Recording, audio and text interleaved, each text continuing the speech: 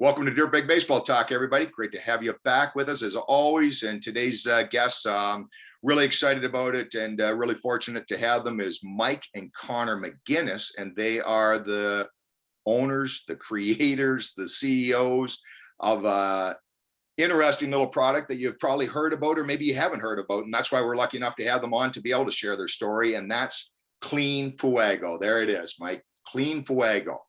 So it's the hockey puck that I think you'll probably hear them talk about and joke about with, but it's all part of their story. And as you know, here on Dirt Big Baseball Talk, we're going to talk and we're going to allow them to share their story so you understand where they're coming from. Their passion is baseball people like all of us, but really why they believe in their product and why you should be a believer in your product if yet don't already use it. So guys, welcome to the show. Great to have you.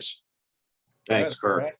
Yeah. No, I appreciate you having us on. Thank you. Absolutely. Thank you. Absolutely. So, Mike, let's not fool around, man. You're the kingpin at the end of the day. Don't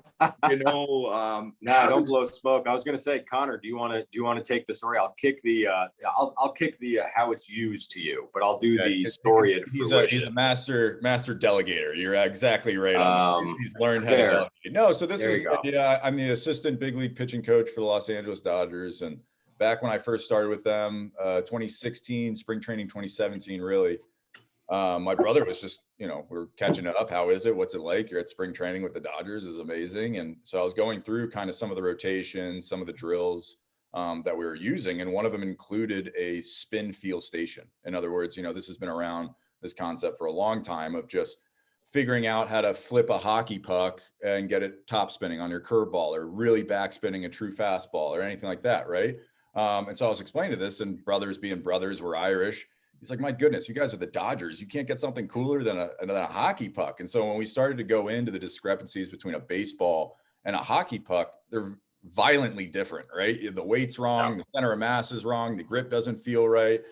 It's not there. So what we essentially did was, my brother was like, hey, I know a guy. We can get together and let's come up with something that's essentially a baseball hockey puck to help you guys train this spin feel stuff. And on top of that, as we're going, my kind of niche and how I got into my role is all the new spin data, the biomechanics. You've seen the weighted ball programs, Driveline Baseball, Rapsodo, TrackMan, Hawkeye. That's kind of my whole realm and specialty. And this one topic that kept popping up was spin efficiency. So when you tie in this conversation with my brother and then what on earth is spin efficiency, we came up with this product, and it was like, my goodness, if there's a way we can develop spin efficiency, this is really how we can create some really fun pitches. And a quick, simple explanation of just what on earth is spin efficiency is like, Kirk, let's say you and I are playing catch with a football, right? You know exactly when you threw the football correctly. You get a nice visual feedback. It's not the wobbling duck, and you have that. With baseball, we're throwing this thing so much faster and harder. You don't get to see the subtle intricacies of if that throw is correct or not. And with the data that we kind of stole from golf with all the spin and everything of that nature, we're now able to explain why some fastballs play better than others. And so by taking this instead, we want all of that spin to help us, right? So when I throw you that football, that's 0% spin efficiency. So none of that spin is going to help the ball move off of its path. If anything, it's just going to keep it on that line, right? So that thing could spin at 2,000, 4,000. It doesn't matter. It's just going to keep going straight because it's on that bullet 0 spin efficiency. Now, if I turn that football this way and backspin it, now I'm getting all of that spin to fight gravity longer, right? So if I'm at third base, I'm a third base coach's box looking at the pitcher, the ball flies down like this, right? However, if we add spin efficiency to that pitch, it's not going to actually break gravity. It's just going to cross the zone higher. So when the hitter expects the ball to cross the zone here, if you can throw that clean fuego properly, your pitch is crossing the zone here. And that's why you can see a lot of the swings and misses, especially with everyone trying to get the ball in the air now. This is the one tool that we find that works. We've tested it. We've had 42 different prototypes. We have before and afters of all sorts of professional data. Jake McGee is one of our biggest users. It kind of reinvented his fastball for him. So it's been a lot of success, but that's a long-winded explanation of kind of like what Clean Fuego is and how we got it off the ground. I like how you broke it down into layman's terms for it. And that's really important here on Dirt Big Baseball Talk, Connor, because exactly right. We get caught in the major league world and we end up bringing those terminologies down to the amateur level. And that's overwhelming for people. And so I really appreciate you going into that, because even when you're talking about the backspin and being able to maintain the top of the strike zone, I think there's a very subtle little thing that you said, so the listeners and the audience don't get confused. When you create that type of backspin, you no longer have to actually release the ball higher. No. You're creating the backspin to maintain the elevated fastball. Without question. Yeah. And quite frankly, your arm slot and your posture from your spine is going to dictate the path of that ball, right? So people ask us this all the time, because this is a great tool you can use for position players as well. Gavin Lux loves this thing. We used it with him on the minor league side when he was going through some throwing issues. Regardless of arm slot, you just want that thing flying clean off of your arm slot, right? Now, if you're below basically a 45-degree angle off my body, it's going to have more run and sink when it's more efficient. If I get it a little taller, if I'm Kershaw straight over the top, that's that true clean ride that everyone wants to throw like. But naturally, some guys end up kind of in that 3/4 area. And that's the biggest thing with our ball. Throw your normal throw, right? You don't have to over course correct these things. The reason we built and designed it the way it's very unforgiving, but we want it to slow drip into your throw. We don't want to basically do a huge course correction and then you're really trying to manipulate the ball or do something crazy. This is just to kind of slow drip it into the throw. And that way you don't really have to think about it. You do your thing, you just go on with your day. And the best thing is, as a coach, if I can give you something and we don't have to really explain it and it clicks, and it slow drips and progresses you, it's the best of both worlds. Without question, for sure. So, and Dirtbags, you would have seen Mike showing templates, prototypes of the Clean Fuego as Connor was talking. And that's super important. And that's another reason why it's so valuable to have you guys on there and why we're so intrigued and want to be a part of that Clean Fuego family. This is important. You guys didn't just throw a puck together, as you alluded to, Connor, because of the different weight. How many prototypes have you guys had to go through in the 5 years of getting this going? Yeah, no, I mean, I can jump on that. It was 2 years to get it off the ground. And we did 42 prototypes to make sure that we had this thing dialed in. And I mean, to the point where it would have probably been 40 or 41 prototypes if Connor and I weren't bickering over stitch height and which stitch height to go with and kind of stitch orientation on the Fuego. And for us, it was that kind of nuanced approach that I think in the moments drove us nuts, probably wanted us to kill one another at some points, I'm sure. And God bless Ron, he listened to us bicker as best he could. But I think because of that nuanced approach, to Connor's point, it's wildly unforgiving. I mean, we have guys that say, I love Fuego because the minute I start thinking about dinner and I'm throwing a Fuego, it wobbles. So if I'm not paying attention and focusing on what this thing is supposed to be achieving in the outcome, it's going to tell me I messed up and to go back and course correct. And that's one of the good things, just to kind of parrot what Connor was saying. It's a natural progression. This isn't anything that's forced. This isn't anything that's really, you're listening to a coach say, hey man, you're cutting it, get around. And then you're really overcompensating potentially or something. This is more of that. And I alluded to this when we talked before, Kirk, when you throw a football, and Connor, you mentioned this, you're not saying, making major mental adjustments. You're not saying, let me look at my data. You're not saying, let me see what my kinesiology report is when I throw this football. Instead, you're just saying, give me the football back. I'm going to make a mental adjustment and throw that thing better. That's what we've translated onto the Fuego. And it's that same concept of no wobble, no cut, hide the sides. At the very least, you can do a lot with this, but at the very least, 40 feet, 70%, can you get this thing to fly clean and straight? And to Connor's point, regardless of arm slot. If you're a sidewinder, it's going to look like a UFO. Over the top like Kirsch, wheel down a hill. But again, hide the sides, no wobble, no cut. And then the other thing, and Connor, you can jump in on this, and I'm glad you brought it up. And it's an important point. Having good spin efficiency does not only mean you're coming in from over the top. You can have phenomenal spin efficiency from 3/4, from a low slot. Again, it's what contributes to that ball life. And a lot of guys get confused in the sense of it might be mixing up rate with spin efficiency. But just because you're coming from, a 130 doesn't mean that you can't get 100% spin efficiency and have that thing be moving like crazy. Yeah, yeah, definitely. I just want to stay on that one point, Mike. You had mentioned to me earlier when we were talking off air, how intricate these people are, Mike and Connor and the team at Clean Fuego. Just take a couple seconds to really describe your seams and where they're from. It's not just a seam on a quote unquote perceived plastic ball. No. They're specific. And what are they? No. So basically we've mimicked down to 4 sheets of paper. So our tolerance level drives, again, I drive everybody nuts if you guys are getting a theme on this call, drives my manufacturing shop nuts. And one thing to point to, Kirk, is we're entirely American made for America's game. Drove a lot of people nuts again, third time, making it a product that we produce, and we actually manufacture it up in Michigan, that we didn't want to go overseas. We didn't want to manufacture this elsewhere because for us, it was important not only for us to be able to pick up a call. We're a small family-owned business. We're a small shop. Can we get something changed if we needed it changed? Can we QC this correctly?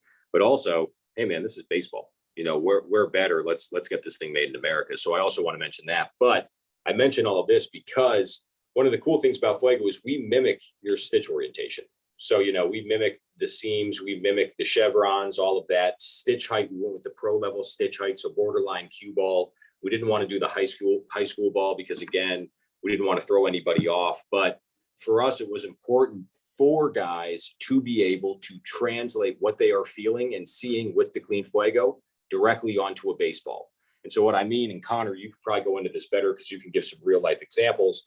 But when you're feeling this on your thumb, when you're feeling this on your fingertips, and that feels really good and you're getting clean, efficient spin, you can translate that exact feel when you pick up your baseball. And that's really what you're trying to accomplish. And a lot of guys at the pro level, I've seen guys do this, is they'll take a Fuego and a baseball, and that's how they warm up and play catch. Fuego, baseball, translate what's successful and what's not. And that's just on catch play. That's not even pitch design work. That's not even working on anything in BP. That's more so of just, hey, I'm warming myself up. I'm getting myself dialed in.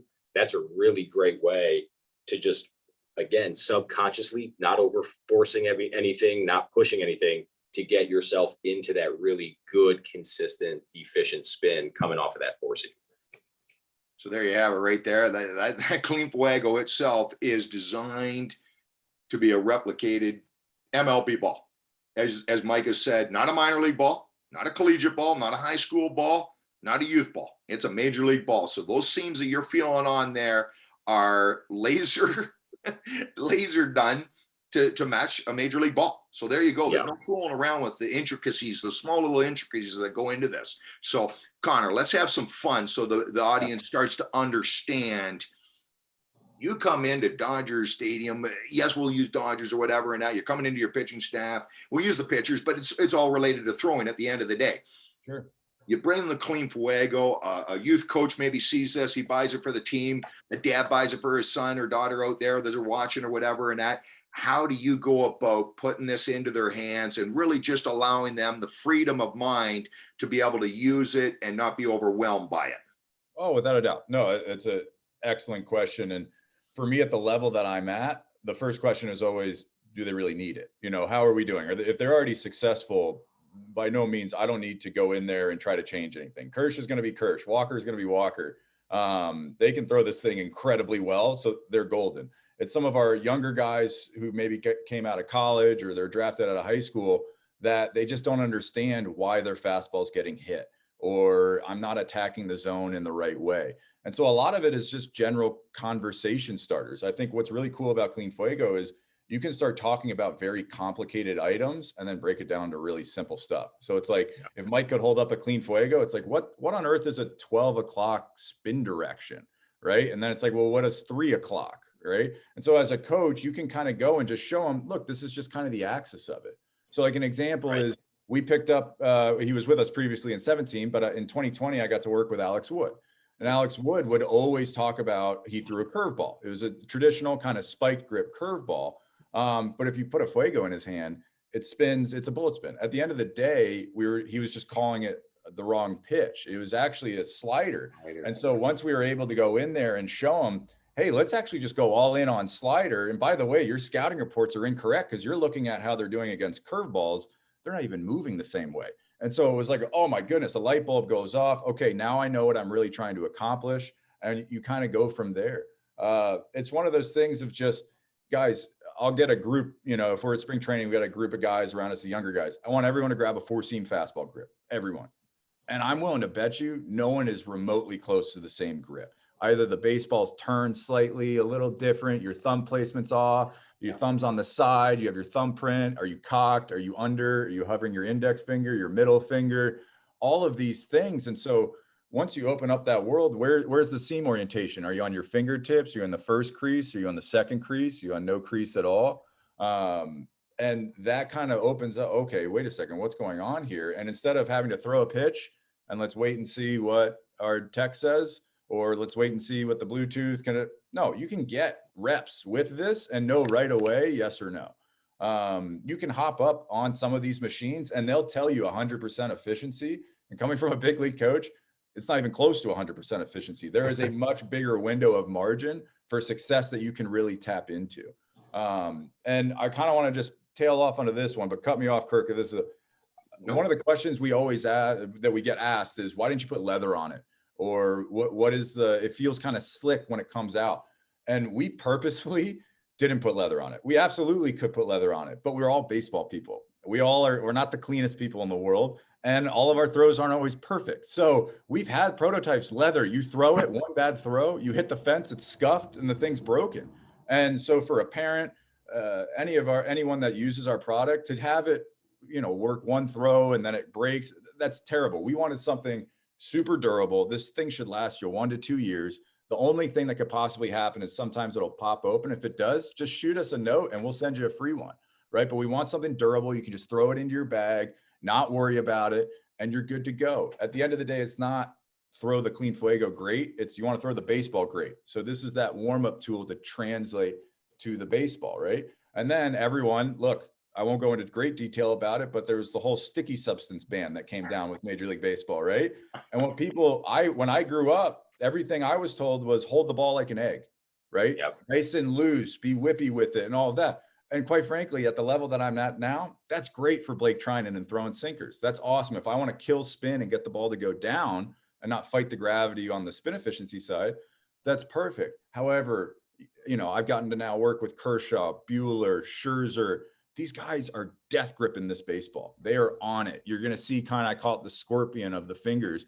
And think about it. We're now squashing a lot of birds with one stone here. You get to work on actually, how do I feel the seams? How do I feel both the fingertips? I actually have to hold on to this thing. Otherwise, I'm going to lose it. It's very difficult to throw because then once you go to the baseball, it makes it so much easier to throw. And at the end of the day, that's where we want the success to come from, is the baseball, not the Fuego. For sure. Yeah, absolutely. Thank you for sharing that. Definitely. Yeah. Mike, you had the clean Fuego, so I guess I'll lead to you on this as we're getting close to the end. But obviously, we can do the 4-seam, we can do the 2-seam on the fastballs. Is there other pitches that you can do with the clean Fuego? And if there are, can you just, to the best of your ability, I know the video is a bit tight or whatever in that, but could you show them a little bit of how to hold it and make those other pitches work? Yeah, no, Connor, go ahead, because you do the description. Yeah, I know how to do kind of holding it, but typically we went with a 4-seam design, right? And so honestly, check which side of the horseshoe you should even throw from. That's a nice way to kind of tech as you go through. Most people don't know high seam, low seam, right. But you can go traditional 4-seam, right? Spin feel. Now on a curveball, we want to mirror that backspin with front spin. So you're literally going to keep the Fuego in the exact same location, but I want you to wrap your hand around it as if you're using a hammer, right? So this is the Bobby Cuellar, the Pedro Martinez. You want a firm wrist. It's a karate chop. And the really cool thing is when you're practicing your curveball, I would recommend this to almost everyone should practice a curveball. It's a neutral pitch that can get righties and lefties out. And on top of that, if you can fully commit your hand and throw a good curveball, I guarantee we can get a really nasty slider as well. Right? It's a free steal strike. Right. If you can really learn how to, this is actually a really healthy throw for you, staying in that nice supination, but we get that nice grip. We want to just karate chop and mirror that front spin. Okay. Then from there are a million different ways to throw changeups. A fun, really cool one. You've probably seen it on Pitching Ninja, Devin Williams, the UFO changeup. We talk about it all the time. Mike is going to show you. So the UFO would be that grip right there to where he's trying to spin it and get to the inside part of it and pronate to get that UFO spin, right? Devin is incredible. He gets actual front spin as if it's a curveball. So you could argue Devin throws a left-handed curveball when he throws his changeup. If you really coming off the ring, which is pretty mind-blowing if you think about it, right? And then on top of that, the last part of the clock is then, oh, you want to do that? Okay, so another changeup. This is the Trevor Bauer changeup. Just go, yeah. Strasburg. Trevor used this past couple of years trying to get a feel for it, but you're really just trying to throw it from your weaker fingers, right? Using these middle two. Strasburg's talked about it. You can see some great videos of him breaking it down online. Two-seam orientation for them on the ball. That will give you a little more drop. Some guys like to match up four-seam, two-seam, given your velocity. It's up to you. But the Fuego, this will allow you to just really practice throwing it basically from these pressure points, right? Some guys will push you, the Matic style of just going ring finger thumb. And you can do that with this as well. Just work on the pressure points. At the end of the day, it's just your feel, but you're not doing anything crazy or sexy with manipulating it when you tackle that style of changeup, right? That's the thing, just to interject, that we emphasize with the youth guys, is you're not doing this. Because that's like tossing a 16-year-old the Ferrari and saying, go 100 miles an hour around the cul-de-sac and not bump into anything. It's just, you don't need it, and it's not worthwhile. It's not going to help you out. To Connor's point, and I want to go back to you, C-Mac, is once you get the fastball and you get this down and you really got a good release out of your ring and your middle on your changeup, you're going to be pretty nasty at the high school level. I can promise you that, just with those two pitches alone. So again, worrying about this and worrying about the other, if you can get basically this and this down, you're going to have a nasty arsenal just off of that foundation. Anyway, sorry, Connor, go ahead. No, that's great. No, it comes up.